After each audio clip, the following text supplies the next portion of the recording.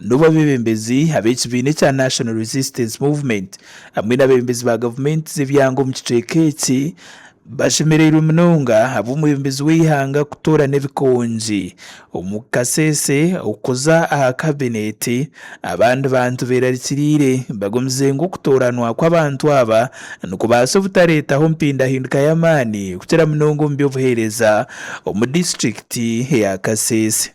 Abatangirire okutoranwa kw'abantu aba barimu Dr. Crispus Kiyonga hamwe na General Wilson Mbadi nibagira ngu abantu aba baine obukugu bw'amaani omu bwebembezi bagumize ngu eki nikija kuhweraho okuteereza obwebembezi bw'ekibiina kya NRM omuri Kasese nangwa oteireho nade obuheereza omu kicweka eki.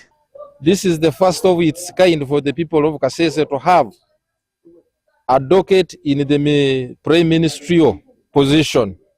Our own Dr. Crispus Kiyonga, Right Honorable, has been appointed the second Deputy Prime Minister and second Deputy Leader of Government Business in Parliament for the 12th Parliament. Kateba Jore wabeireho omuhwezi wa sipiika w'orukiiko rurikwebembera disitulikiti ya Kasese naashoborera ngu Dr. Crispus Kiyonga ayosire naakora ebintu by'omutaano omu kwimukya abakazi omu disitulikiti egi. Hagumize ngu bwahati entebe ei bamuteiremu ey'obuhwezi w'enganzi y'eihanga baine amatsiko ngu naaza kubahwera munonga okubutuura omukazi omuri Kasese.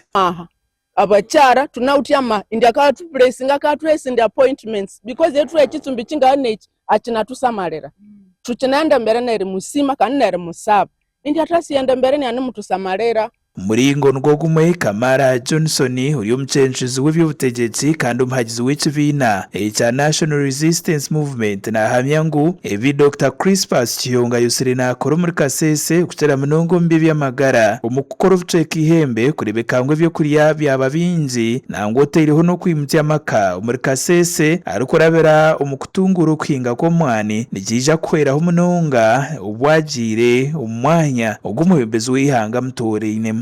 Promotinga ebindu byarehera omwani wali omu Kasese munabwire owabandu balimire ni initiative ya Dr. Crispus Kiyonga munibukire akaleta kanywe aka new money akanywe ka new money ako abari akakaleta omu abandu be Kasese mwekwemyako erangerendre.